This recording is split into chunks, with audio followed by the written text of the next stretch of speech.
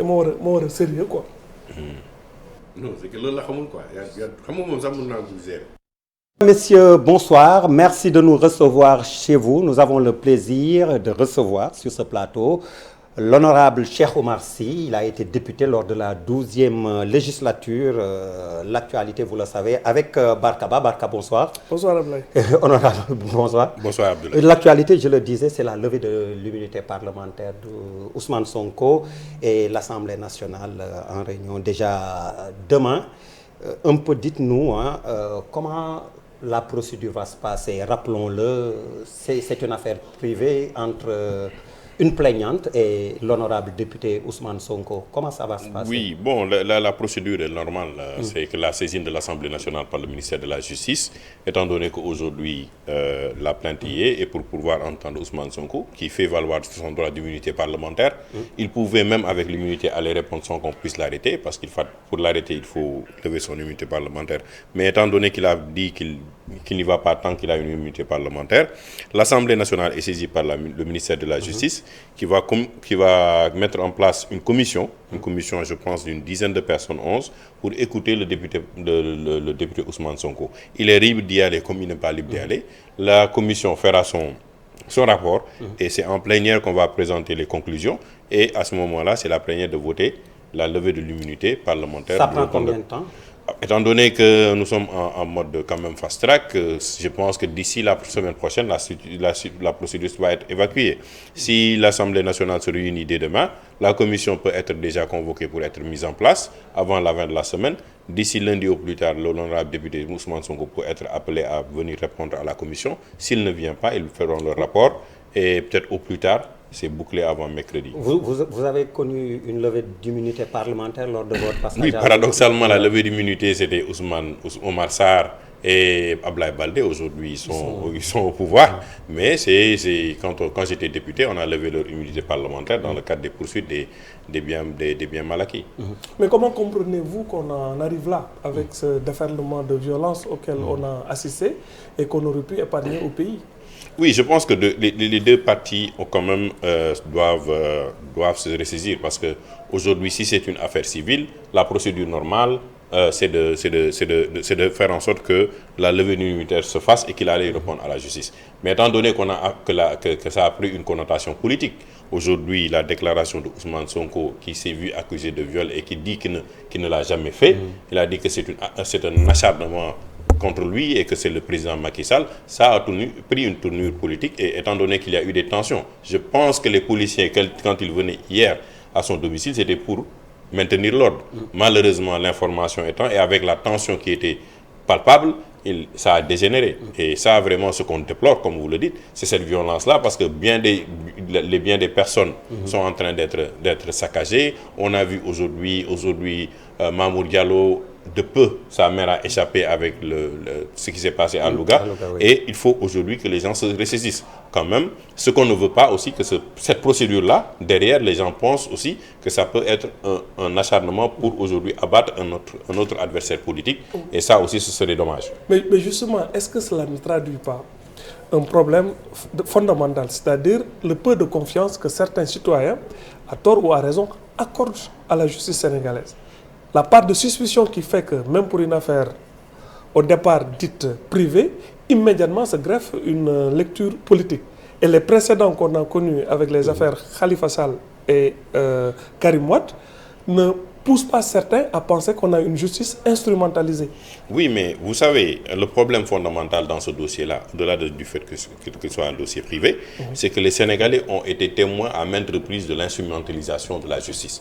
Peut-être que dans ce cas d'espèce, l'État n'a rien à voir, peut-être ou pas, mais étant donné qu'il y a déjà des histoires qui se sont répétées, comme vous l'avez dit, les Sénégalais n'ont plus confiance à la justice. Et aujourd'hui, la posture sur certains dossiers où on a vu la justice ne pas réagir, où la justice a plus ou moins protégé des gens qui, plus ou moins, sont à côté de l'État ou qui sont dans la sphère de l'État, porte à croire qu'aujourd'hui, la justice fonctionne à deux vitesses. Et ça aussi, même si dans ce cas, moi je le dis, j'ai la parole de Ousmane Sonko qui a fait sa déclaration. On n'a pas entendu la fille, mais on a juste vu une plainte qui a été déposée. Personne ne sait réellement qu'est-ce qui s'est passé à part eux deux. Aujourd'hui, il faut que la justice l'éclaire. Mais malheureusement, comme vous dites, la crainte des partisans de Sonko et la crainte de certains Sénégalais, c'est qu'aujourd'hui, que ce soit un autre adversaire qui va être mis à terre, comme Khalifa l'a été à l'approche des élections. Mais malgré tout, il a eu raison de durcir son discours avec la conférence de presse ou le point de presse où on l'a entendu parler pratiquement d'un combat à mort.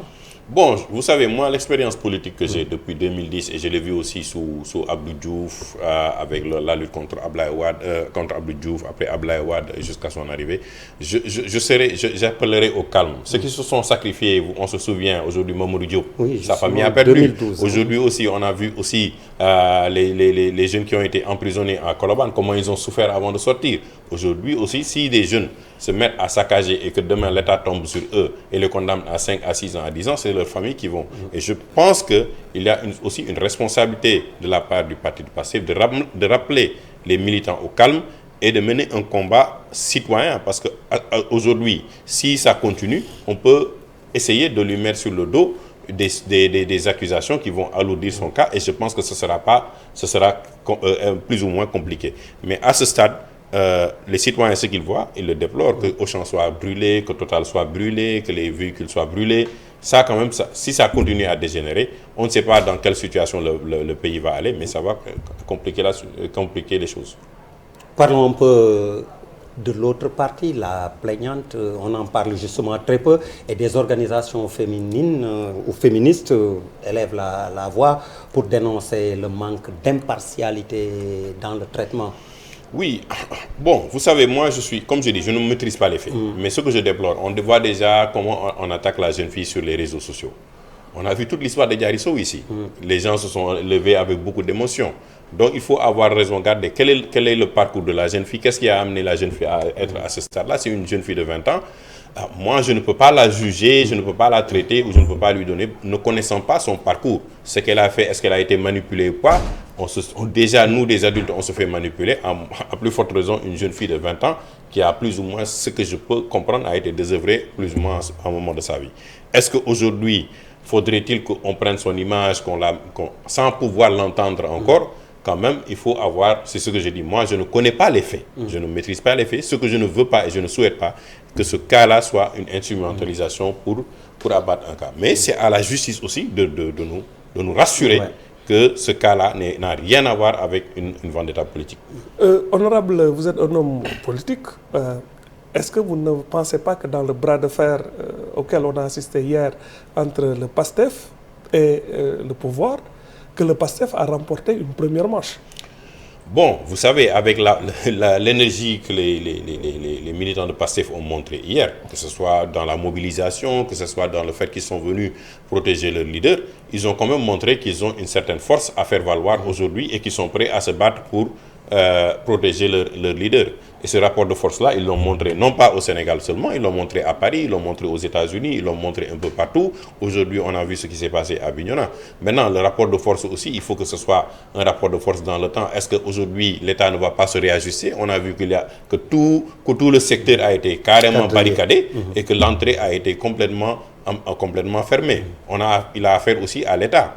Et ça, on a vu le cas de Karim Wade. À ce moment-là, il était extrêmement puissant et l'État l'a pris bon an, mal an. Justement, vous avez évoqué quelque chose de très sensible, la zone de Bignona, qui est un des fiefs électoraux de Ousmane Sonko et du parti PASTEF.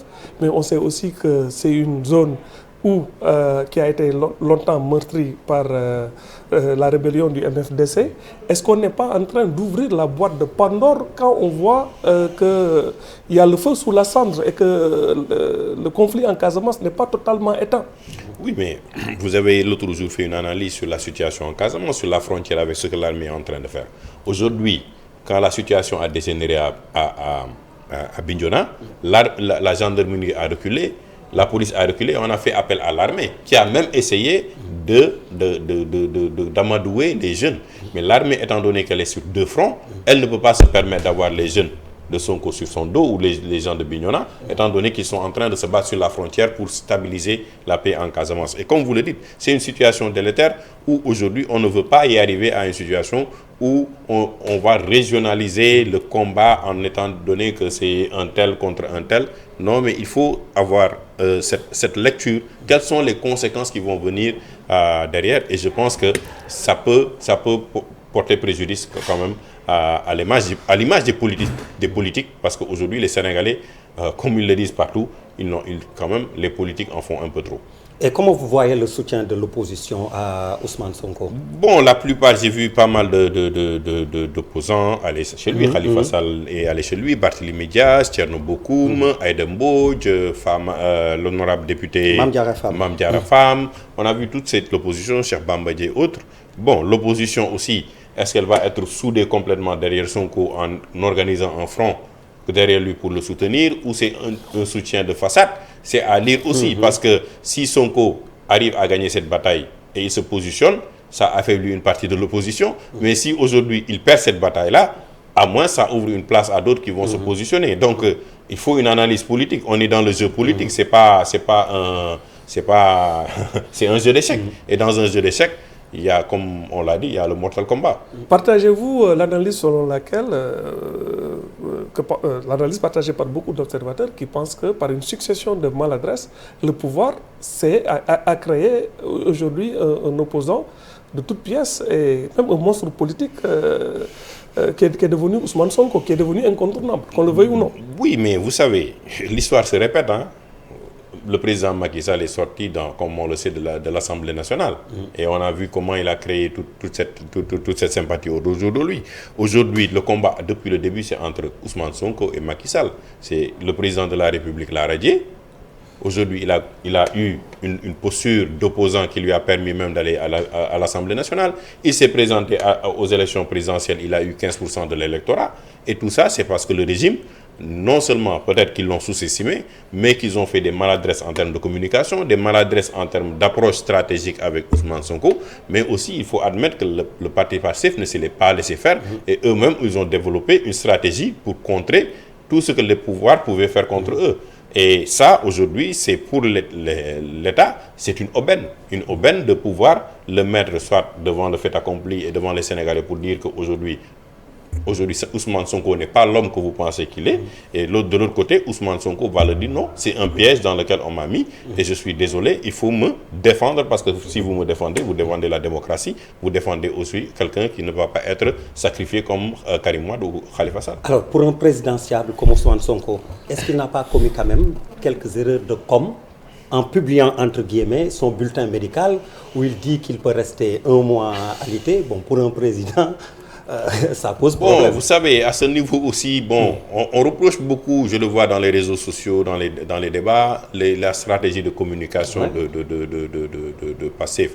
Peut-être qu'il ne devait pas aller aussi loin dans la présentation, parce que, les États, généralement, quand vous allez aux États-Unis, en France ou partout, on veut regarder l'état de santé du président de la République pour savoir est-ce qu'il est apte de diriger ou non le pays. Et ça aussi, ça pose problème. Aujourd'hui, si les gens de Pastef mettent en avant sa maladie, les Sénégalais peuvent se poser la question à savoir, mais est-ce qu'il pourra arriver jusqu'en 2024 ou est-ce qu'il pourra tenir le pays? Parce que le prochain mandat va être encore plus difficile que celui-là, que le 2019. Et on a besoin d'hommes politiques ou d'hommes, quand même, une équipe qui soit assez solide et assez capable de porter le pays. Et je crois qu'à ce moment-là, en sortant tous ces éléments-là et mettant ça sur la table, il s'est lui-même aussi mis dans une situation où ça peut lui porter préjudice dans la communication en l'utilisant comme quelqu'un qui n'est pas apte physiquement à diriger le pays. Est-ce que ce qui est arrivé hier est un tournant ou c'est juste une péripétie? Je pense que c'est un tournant décisif entre le pouvoir et Ousmane Sonko. C'est carrément, comme je l'ai dit tout à l'heure, un mortal combat. C'est-à-dire qu'aujourd'hui, l'État se dit, nous sommes dans une posture où on peut l'isoler, non seulement l'isoler, mais l'éliminer. De l'autre côté, Ousmane Sonko dit, je mène un combat qui est décisif pour mon parti et pour mon avenir politique pour 2024. Et si je me laisse faire, et si le parti laisse faire, nous serons éliminés de l'échiquier. Et à ce moment-là, 2024, si ça passe, il n'est plus sûr qu'est-ce qui va se passer après 2024? Même si Diomaye Faye, son numéro 2, déclare que, bon, voilà, éliminer Sonko, il y en a d'autres qui vont venir derrière. Oui, pour l'avenir du parti. Vous le savez mieux comme moi, un parti politique généralement au Sénégal est porté par son leader. Et l'image de Sonko a été très imprimée sur Pastef et a très imprimée dans sa démarche. C'est la communication, sa force et sa manière d'interpeller et d'attirer la jeunesse qui a fait la force de Pastef. Et ça, il faut l'admettre. C'est sa stratégie d'interpeller l'État, d'accuser, de dénoncer, qui ont plu à beaucoup de Sénégalais et qui se sont identifiés à ce combat-là. Aujourd'hui, si vous l'éliminez, est-ce que l'engagement, peut-être, il peut être par sympathie? Mais est-ce que par sympathie, on dirige un État? Ça, c'est autre chose. Parce qu'à la fin de la journée, quel est le plus important pour moi? Le Sénégal risque-t-il aujourd'hui de perdre un autre tournant pour aller vers le développement, là où on est à quelques kilomètres du pétrole et du gaz, là où on a des enjeux liés au changement climatique, là où la jeunesse est complètement désorientée et elle a besoin d'emploi, là où les pays sont en train de lorgner notre foncier agricole pour pouvoir se l'accaparer. Et donc, nous sommes en train de mener un combat entre nous et les autres sont en train de nous regarder pour dire laissez-les mourir ensemble et nous, on va récolter le fruit. Comment entrevoyez-vous l'issue de ce bras de fer? À mon avis, de par ma lecture depuis 2012 sur le président de la République, je ne pense pas, je ne sais pas, et ce serait à tort que je puisse lui dire il est derrière ou pas, je n'ai aucun élément palpable pour dire que le président l'a fait ou ne l'a pas fait. Jusqu'à présent, on a juste, parce que les faits du passé l'ont montré, que voici la manière dont il a éliminé. Mais ce que je vois dans l'issue, c'est qu'il tient ici une carte qui est vraiment décisive pour lui pour éliminer Sonko. Maintenant, quelles seront ses conséquences-là s'il va jusqu'au bout? On le verra. De l'autre côté, si Sonko sort de ce combat-là et qu'il indemne, c'est tout un couloir qui lui est ouvert pour 2024. Et ça, aujourd'hui, ce serait le président Macky Sall qui lui a offert à faire ça sur un plateau d'or. Peut-être l'interpeller au plan personnel. Vous êtes homme politique, mais en retrait depuis pas mal de temps. On peut s'attendre à un retour de votre part sur la scène politique, justement? Oui, pourquoi? Moi, j'ai décidé en 2017 de prendre un recul, d'aller me ressourcer, parce que je le dis, la société civile m'a permis quand même de comprendre beaucoup d'enjeux. Aujourd'hui, si j'ai besoin de quelque chose en termes de géopolitique, géostratégique, je consulte Barca, je consulte des gens, parce que je me renforce quand même. Mais diriger un pays aussi, ça demande de la culture, ça demande aussi une meilleure connaissance des enjeux autour. Et je le dis, je pense définitivement que je retournerai en politique, certainement, et j'apporterai ma pierre dans l'édifice parce que j'ai envie qu'on élève le débat. Parce que dans ce débat-là, aujourd'hui, il n'y a que la violence qui parle. Il n'y a pas de débat d'idées, il n'y a rien d'autre. C'est une violence qui est en train de parler, aussi bien d'un côté que de l'autre, et qu'aujourd'hui, on est en train de complètement perdre le nord. Et Barca le sait mieux que moi. Récemment, on nous a alerté sur la présence des djihadistes qui veulent s'installer à l'ouest, aux côtés de Côte d'Ivoire et tout ça là. Et si on n'y prend pas garde, à force de vouloir se tirer entre nous, les djihadistes, quand ils viendront ici, ils ne tueront personne, nous serons déjà morts. Donc vous revenez avec un mouvement dans un parti, dans une coalition? Je pense que si je reviens, je suis en train de discuter, mais si vous je rejoignez reviens... le pouvoir? Non, moi j'ai une constance. Si je reviens, je reviendrai dans le cadre d'un parti ou d'un mouvement avec des clés, mais je reviendrai avec un projet de société qui n'est pas lié à ma personne, mais quand même avec ce que j'ai eu de connaissances, avec d'autres qui ont eu une expertise pour dire aux Sénégalais, voici l'offre que je pense pendant cette période-là que j'étais absent, qui est la meilleure pour le pays. C'est pas au-delà de ça, dépasse ma personne, ça dépassera peut-être le parti, mais on pense qu'aujourd'hui le Sénégal a besoin d'un projet de société et c'est ce qui manque réellement dans la discussion parce que jusqu'à présent, on a assisté depuis 1960 à un combat et malheureusement depuis Mamadou Dia, le pays a tourné complètement vers une situation déplorable. On sait que vous êtes très proche de certaines familles religieuses.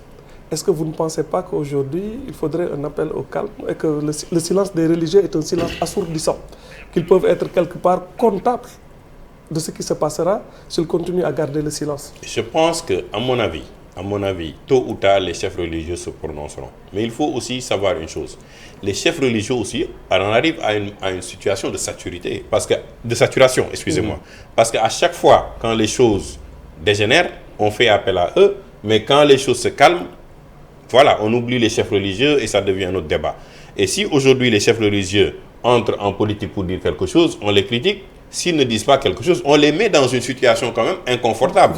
Et ça, c'est quand même difficile pour les chefs religieux. Ce qu'ils souhaiteraient, et probablement pour tout le monde, c'est de dire qu'il faut que toute cette que ces politiciens-là, que ce soit le pouvoir ou l'opposition, cessent cette mascarade-là et qu'on revienne à l'essentiel pour le développement et la paix dans ce pays-là. Aujourd'hui, si un chef religieux se permet de dire quelque chose qui ne va pas qui ne satisfait pas un camp, on va le traiter de tous les noms. Et on a vu que les réseaux sociaux aujourd'hui, est devenu un champ ouvert où chacun peut s'exprimer et ça peut dégénérer. Et je pense que, étant donné que les chefs religieux aussi sont affectés, et il faut le dire, par l'impact des réseaux sociaux sur eux-mêmes et sur leur famille, ils ont tendance aussi à garder le calme, mais je pense qu'à un moment donné, ils s'exprimeront sur la question. C'est Barka qui a parlé de religion, alors vous êtes membre de la famille omarienne.